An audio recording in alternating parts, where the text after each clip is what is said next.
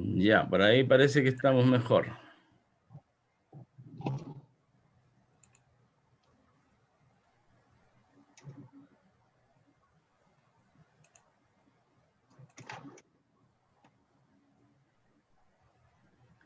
Ahí sí se ve, ¿no? Sí, ahí sí. Bien.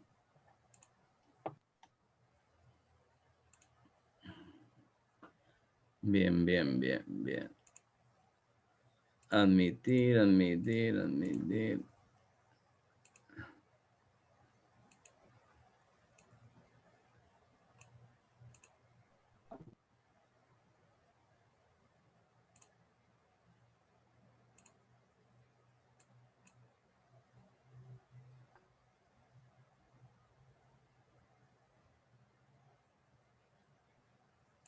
Ya, por ahí creo que estamos mejor, ¿no es cierto? ¿Por ahí se ve mejor, chicos? ¿O se ven las diapos o no?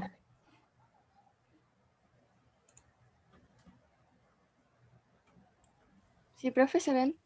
Ya. No me asusten porque capaz que quedemos ahora sin audio. Ya.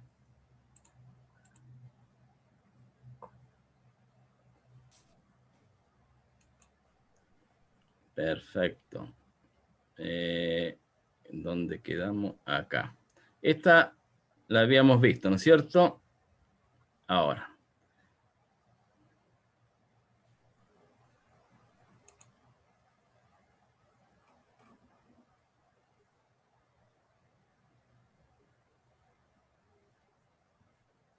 Ya. ¿Están todos o falta alguien?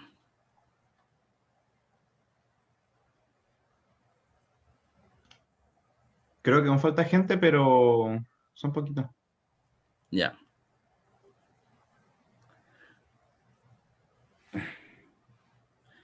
Bueno, entonces, bueno, en la medida que vayan apareciendo, vamos haciéndolos entrar. No sé, ¿hay alguna pregunta con respecto a lo anterior? Disculpen, parece que la red no está muy buena hoy día, o no sé. ¿Alguna pregunta, jóvenes? Lisette, hoy día no has preguntado nada.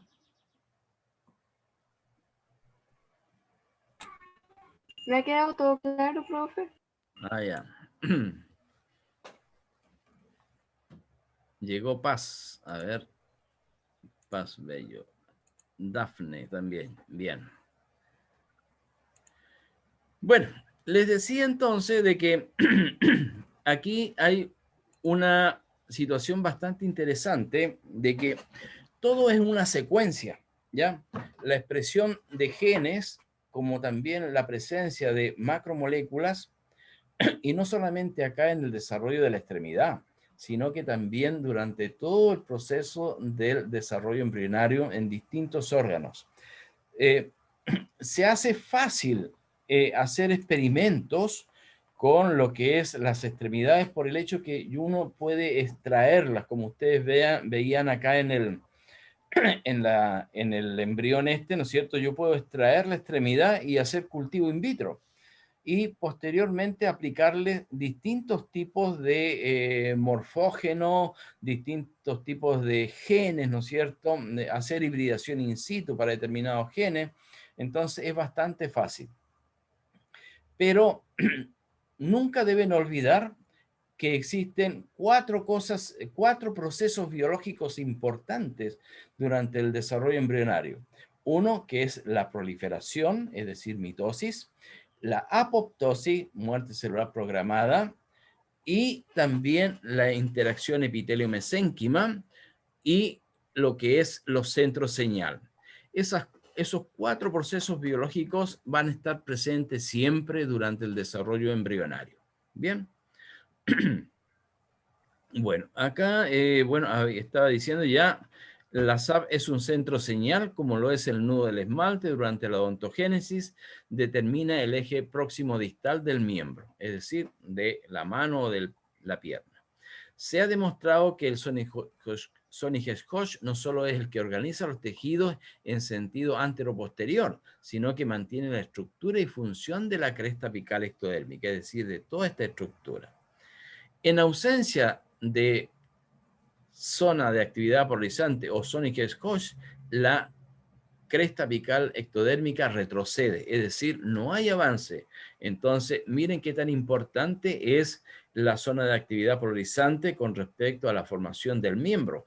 A pesar de que haya expresión de FGF10, a pesar de que haya FGF8, ¿no es cierto? Pero si el nudo del este centro señal no expresa Sonic Hedgehog, no hay avance hacia adelante de la extremidad. Entonces, por eso que les digo que es importante tener en cuenta estos 4 procesos biológicos durante el desarrollo de una estructura. Hay una relación entre el ácido retinoico y expresión de HOPS8 para la localización de la zona de actividad polarizante. El HOPS8 es un gen homeobox, por si acaso, y que también se expresa en esta zona. Entonces, eso es. Bueno, lo otro que tenemos que ver, ahora se escucha y se ve bien, ¿no? Sí, profe. Vale, gracias. Entonces, lo otro que tenemos que ver es el crecimiento, ¿no es cierto?, hacia adelante, porque ¿dónde se va a formar el hueso? ¿Dónde se va a formar los músculos? Ya sabemos que los músculos provienen de la zona del somito. Entonces, Estefan, ya. Entonces, todo eso lo tenemos que tener claro. Pero claro, también tenemos que entender que la extremidad crece y en su interior hay huesos, hay primero cartílago, ¿no es cierto? Entonces, pero ¿quién determina el progreso de esta extremidad? Es este gen, el MSX1, que está detrás en el tejido mesenquimático, detrás de la cresta apical ectodérmica. Y él es el que va, en un momento determinado, va a formar condrocitos, es decir, células cartilaginosas para formar cartílago. Y ese cartílago, ¿qué características debe tener? Ser cartílago hialino, porque a partir del cartílago hialino es la osificación endocondral. Es decir, cúbitos radio se forman de cartílago hialino, ¿ya? Entonces, eso es lo importante. ¿Y quién dirige la expresión o diferenciación, mejor dicho, de estas células mesenquimatosas hacia condrocitos? Es el MSX1, hasta lo que se sabe hasta el momento, ¿ya? Se encuentra detrás de las crestas apicales y contiene señales que están determinadas morfogenéticamente, lo que les acabo de decir, y escapan a la acción de la cresta apical para formar cartílago y hueso, húmero, fémur, dependiendo del brazo o pierna. Y estas células expresan el gen MSX1. Entonces, estas son las que están relacionadas con la formación, con el crecimiento hacia adelante de la extremidad. No solamente el crecimiento se centra en la cresta apical ectodérmica, sino que también tiene que ser, ¿no es cierto?, un alargamiento de la extremidad.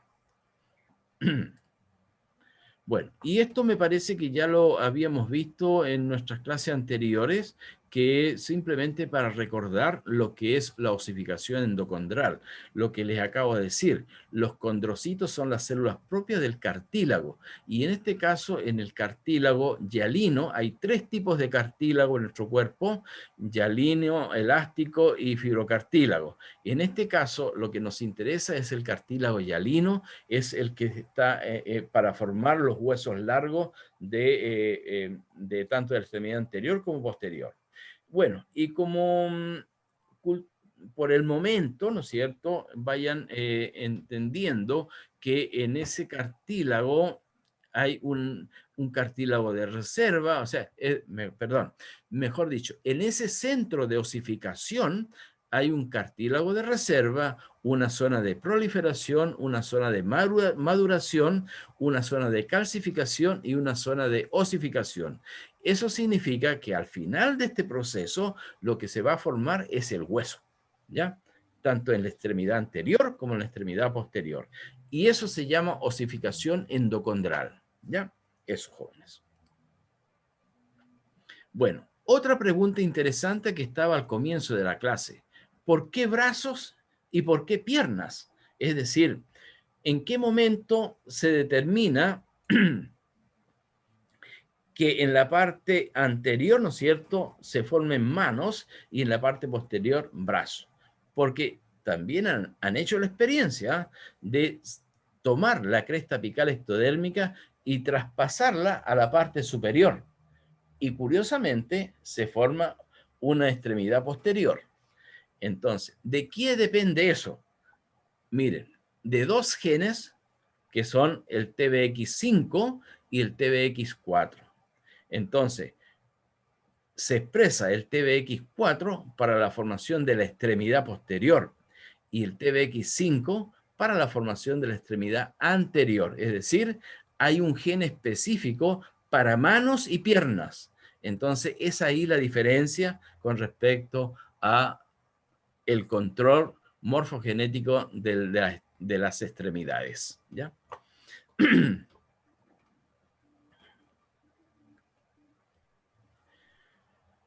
Bien. ¿Alguna pregunta?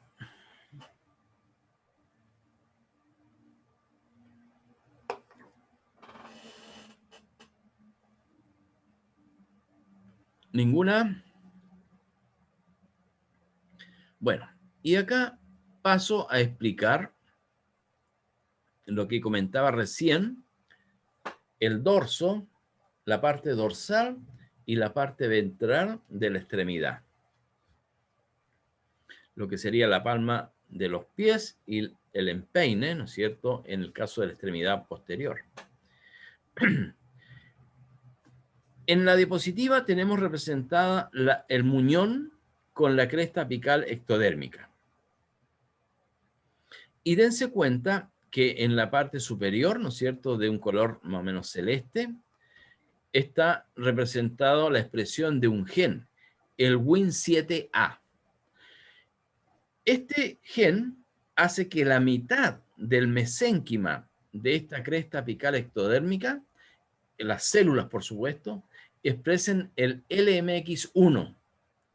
Por lo tanto, esta mitad hace que en la extremidad, el desarrollo de la extremidad sea siempre en este sentido, es decir, siempre la parte dorsal arriba, y donde no se expresa el LMX1 es la parte ventral, ¿ya?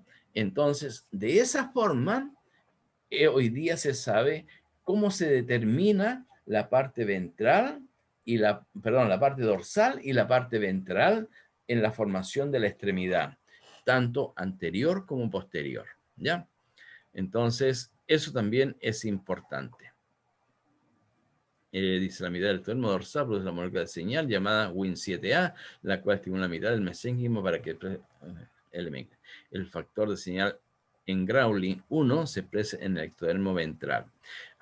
Entonces, este engraulin 1 hace que inhiba la señal y la expresión del LMX1 en la parte media ventral. Y eso significa, ¿no es cierto?, que se forma la palma de la mano.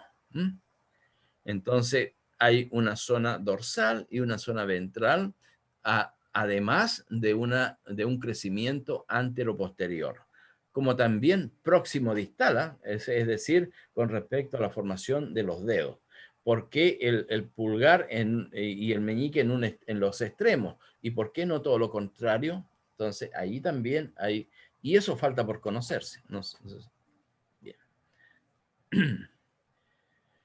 Bien. Bueno, no sé, me escuchan bien ahora, ¿no es cierto? Y se ven bien las diapositivas. Sí, profe. Sí, profe. Entonces, pero ahora pasamos a otra situación importante de la extremidad. Es con respecto a los dedos.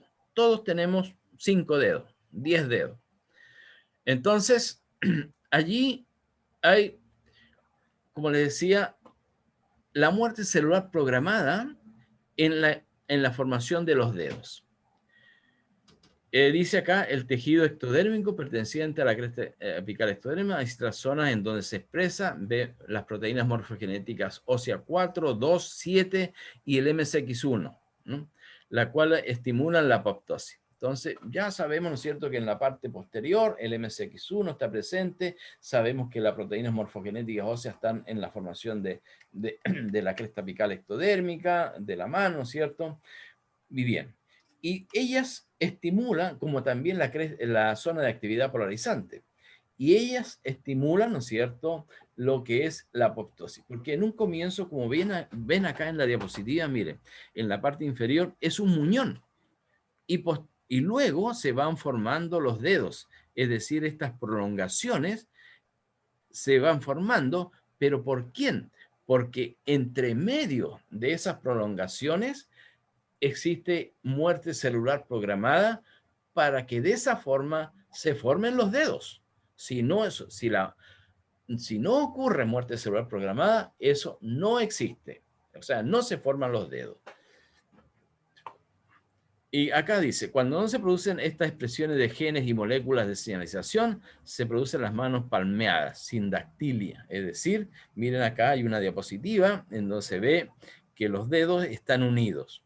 Si se hace radiografía con respecto a estas manos, se ve que los huesos están formados, pero lo que no ha ocurrido acá ha sido la muerte celular programada para separar los dedos.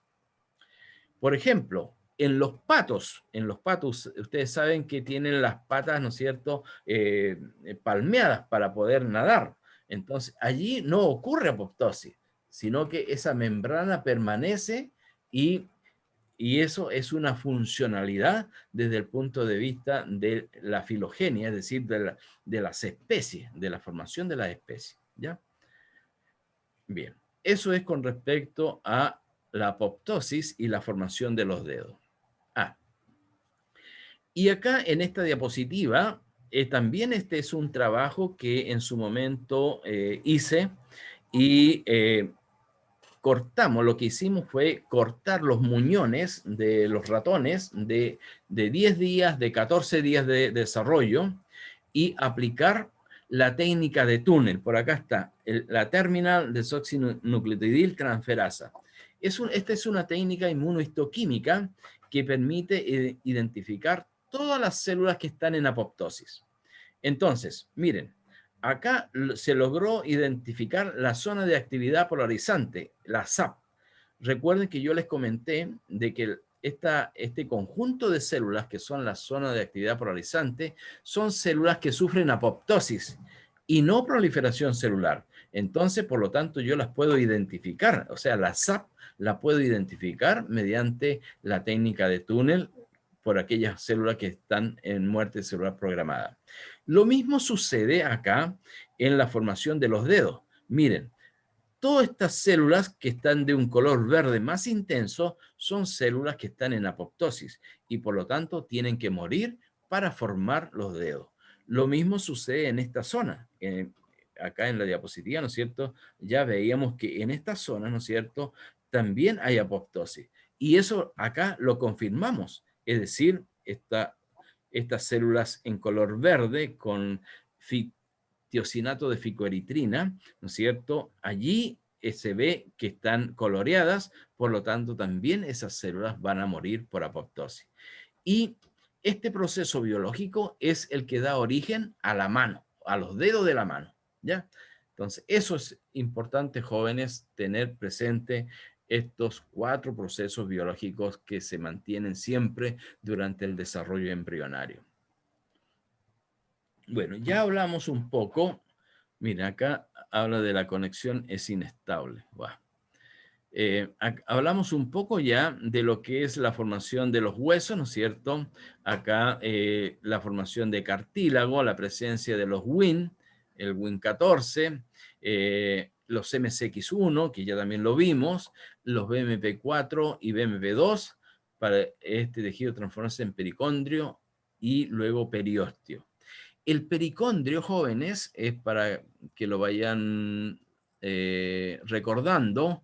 Luego, cuando hagan otros cursos, van a les van a explicar bien lo que es el pericondrio, pero les cuento que el pericondrio es la membrana que rodea al cartílago. Entonces, ese pericondrio es el que posteriormente va a desaparecer y va a formar el hueso.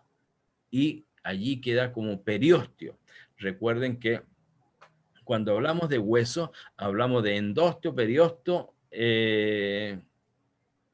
dentro de lo que es la estructura ósea. Bien, bueno, acá simplemente esta diapositiva para explicar la osificación endocondrial y cómo van surgiendo los nódulos de osificación al interior de la extremidad para formar lo que es los huesos largos, ya sea el húmero, el cúbito, el radio, ¿no es cierto?, la tibia, el peroné, en fin, dependiendo de la extremidad que sea. ¿Sí? ¿Alguna pregunta? ¿Profe, se escucha? ¿Sí? ¿Te escucho?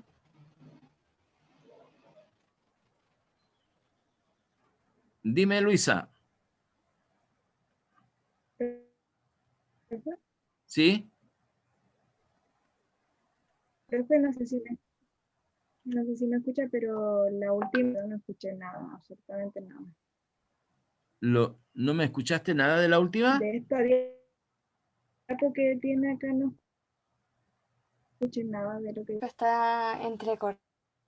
Mm,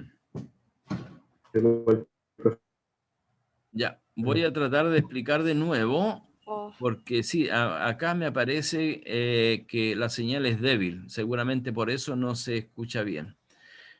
Ya, voy a explicar de nuevo esta diapositiva y luego me dicen si se escuchó bien o hay que repetirla, ¿ya? Bien, lo que yo les decía era que, como ya vimos, ¿no es cierto?, el crecimiento de la extremidad y que está en función de lo que es la aparición de cartílago hialino, pero también como es tejido mesenquimático, también están presentes distintos genes que hacen que estas células mesenquimáticas se transformen en condrocitos. Primero, el Wnt14, como también las proteínas morfogenéticas óseas, la 2 y la 4.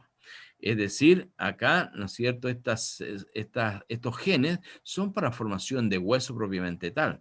Y por supuesto, como van a ser allí el cúbito radio, el húmero, tiene que haber la expresión de estos genes para la formación de este hueso. También les decía que más adelante vamos a conocer qué es lo que es el pericondrio. Es decir, cuando tengan otros cursos como histología, vamos a conocer qué es lo que es el pericondrio. Pero les comento que es la membrana que rodea al cartílago hialino. Y en este caso, el periósteo es la membrana que rodea al hueso compacto. ¿Ya? Eso es. ¿Se me escuchó bien ahora o lo repito?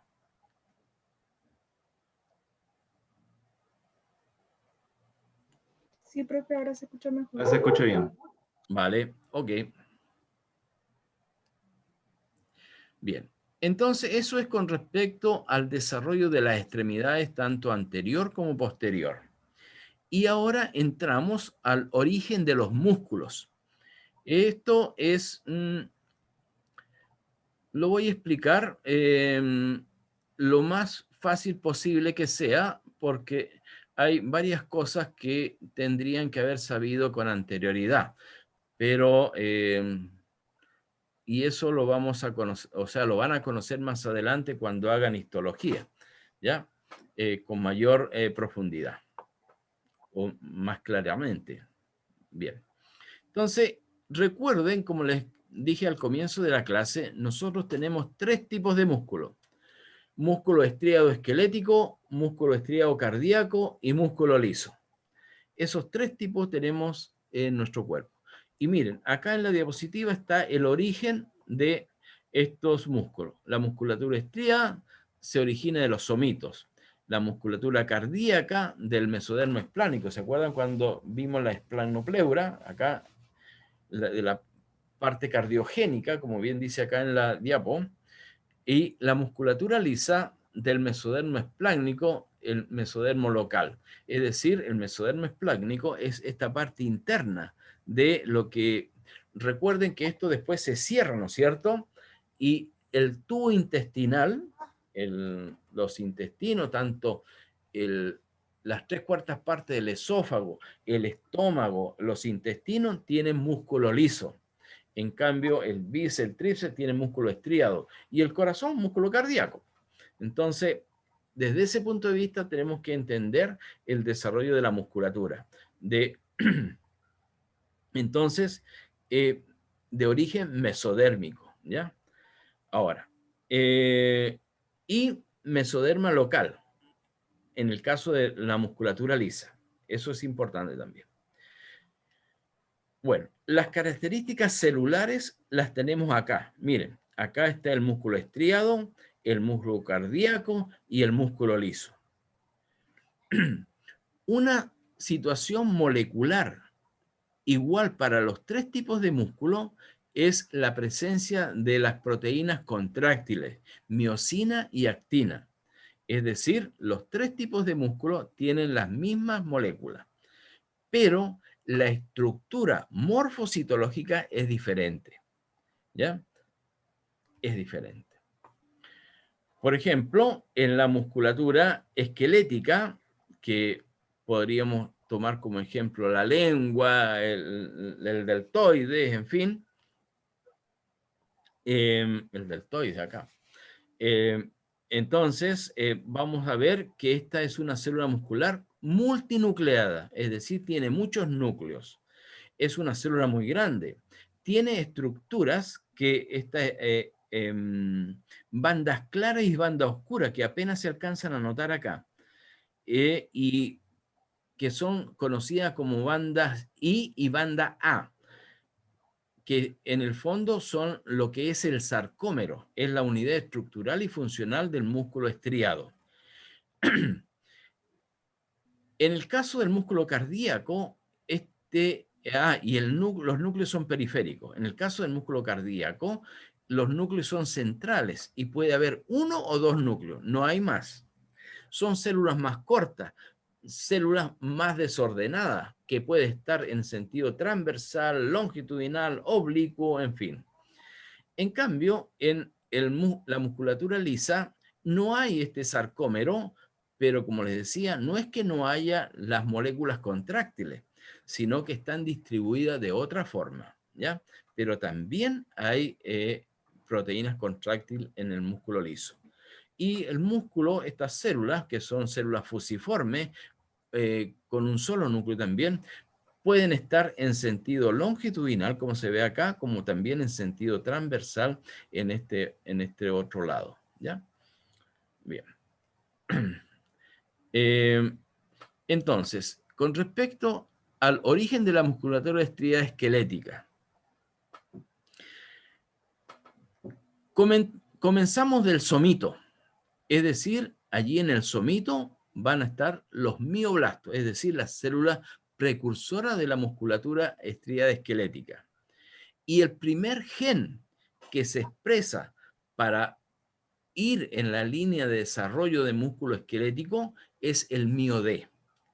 Y también se expresa en el corazón y también se expresa en el músculo liso, sino que la expresión de otros genes es lo que va a permitir la diferenciación muscular en el tiempo. Entonces, con la presencia de estos factores de crecimiento de fibroblastos, como los factores de crecimiento transformantes beta, van a formarse los miotubos, es decir, son células, ¿no es cierto?, que tienen en principio un solo núcleo, pero después van aumentándose alrededor y van fusionándose y hace que estas células quede como una célula multinucleada con núcleos periféricos alrededor. Características, tienen calcio y presencia de catequina M, ¿ya? Bueno, acá otra célula multinucleada con miosina, actina, troponina y troposina. Y esto forma el sarcómero. Esta estructura que ustedes ven acá es una microscopía electrónica de lo que es el sarcómero. Entonces, lo más claro es la banda clara, lo más oscuro es la banda A o banda oscura, que también puede llamarse banda I o banda A. Entonces, esta línea que está acá al centro de la banda clara se llama banda Z. Entre Z y Z está el sarcómero. El sarcómero es la unidad estructural y funcional del músculo estriado esquelético, ¿ya? Y del cardíaco también. Bueno, acá tenemos el esquema de cómo se van adosando los mioblastos, es decir, las células musculares, a una principal, que es y cómo van quedando los núcleos en posición periférica con respecto a la célula muscular estriada esquelética.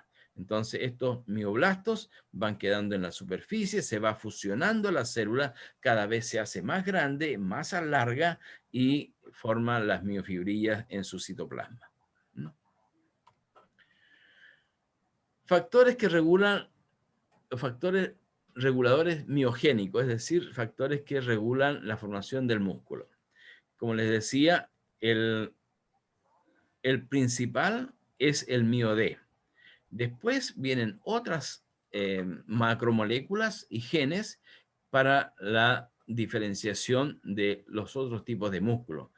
La miogenina, el MRF4, en fin, los factores de crecimiento, los otros genes Wnt también, que están presentes en la diferenciación de la musculatura, tanto estriada, esquelética, cardíaca y lisa.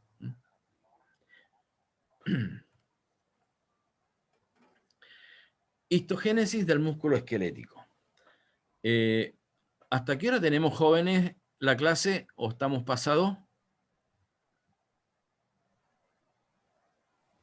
Hasta las 5, profe. Ah, perfecto, nos quedan 20 minutos, ya. Pensé que estaba atrasado. ¿Alguna pregunta, alguna consulta?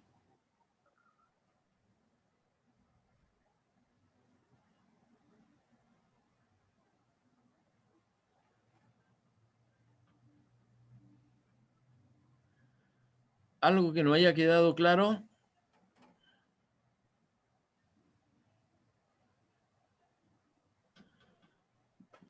No, profe, ¿todo bien? ¿Está todo bien? Ya, gracias. Bueno, ¿qué vamos a entender por histogénesis? Es decir, la diferenciación hacia músculo estriado o músculo liso en su momento. Entonces, en este caso vamos a hablar del músculo esquelético. Acá tenemos los mioblastos, ¿no es cierto? Perdón, primero las células mesenquimatosas, luego los mioblastos, es decir, acá ya el MioD está presente, y luego hay una cosa importante que los deportistas lo saben bastante bien, que tenemos fibras musculares rojas y fibras musculares blancas dentro de la musculatura estriada, ¿ya?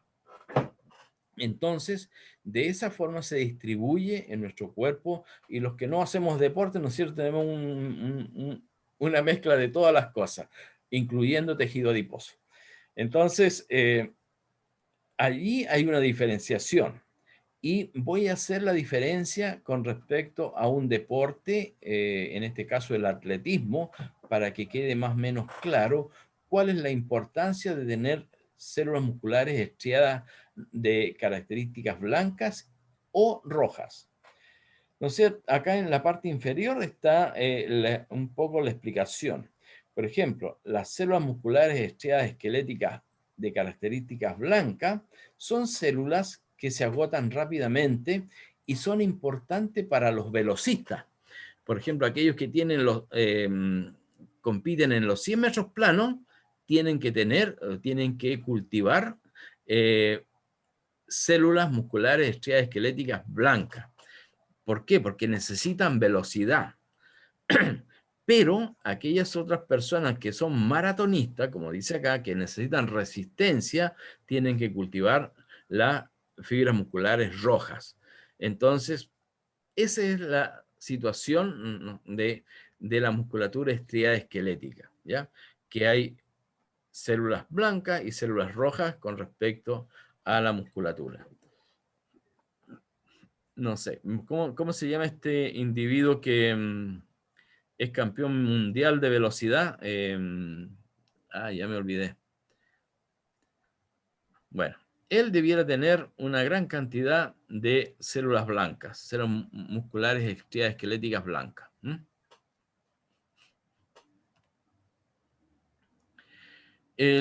Con respecto a la histogénesis del músculo estriado cardíaco, también, como ya vimos, es del mesodermo esplácnico, de acá, de esta zona.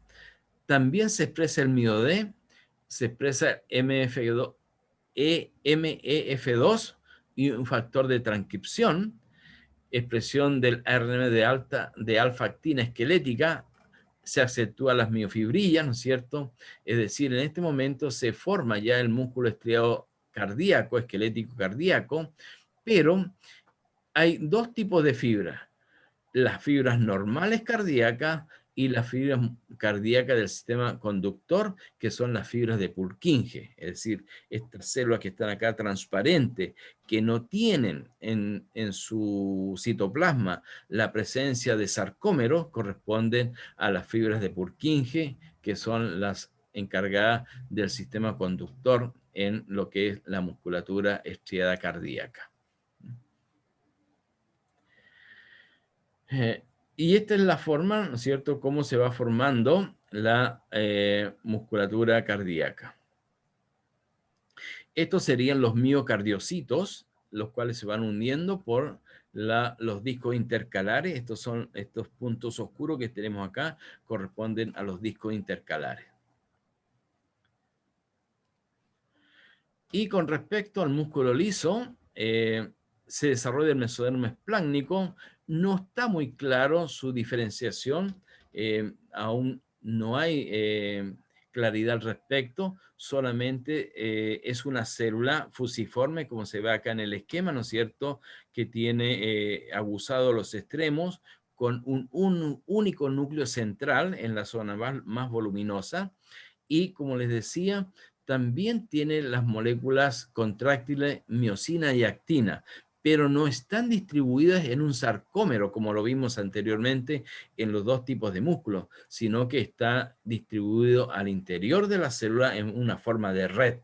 Entonces, como se ve acá en la diapositiva, entonces cuando llega el estímulo a través del, ¿no es cierto?, del retículo, se libera el calcio y de tal forma que las proteínas contráctiles se cortan, la actina sobre la miosina, y se produce la contracción del músculo liso.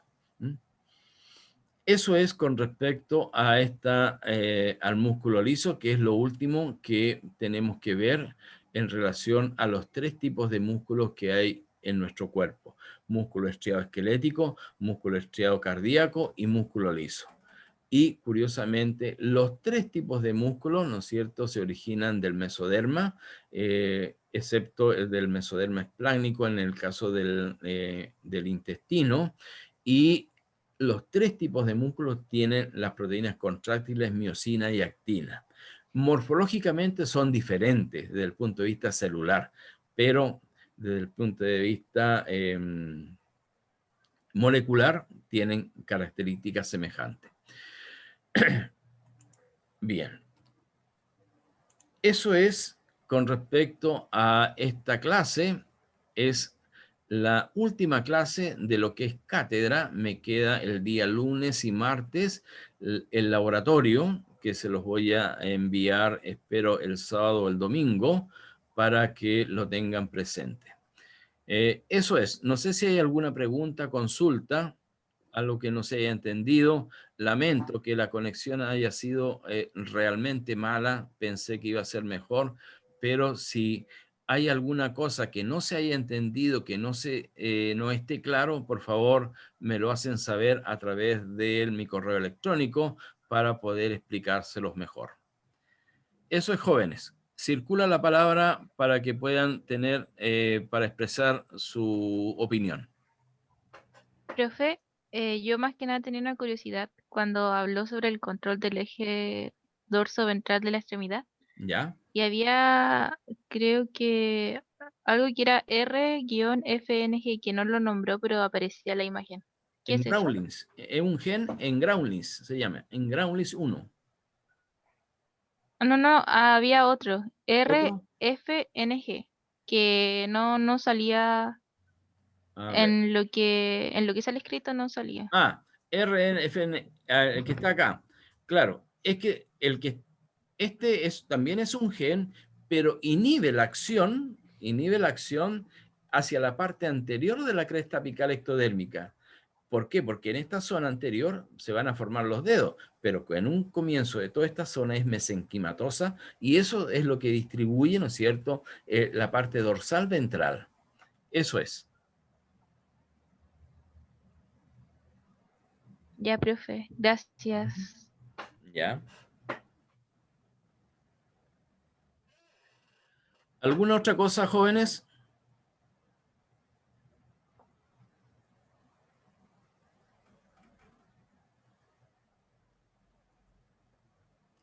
Bien, me parece que no hay preguntas. Insisto, la señal no ha sido lo mejor en esta clase, pero si hay alguna duda, pregunta, por favor, me la hacen a través de correo electrónico. Ahora otra vez volvió, su conexión es inestable. Ya, pero bueno. Eso es, jóvenes. Entonces quedamos hasta acá. Si no hay ninguna otra pregunta, nos estaremos viendo el día lunes con el grupo A y el martes creo que con el grupo B. Eso es. Chao, chao.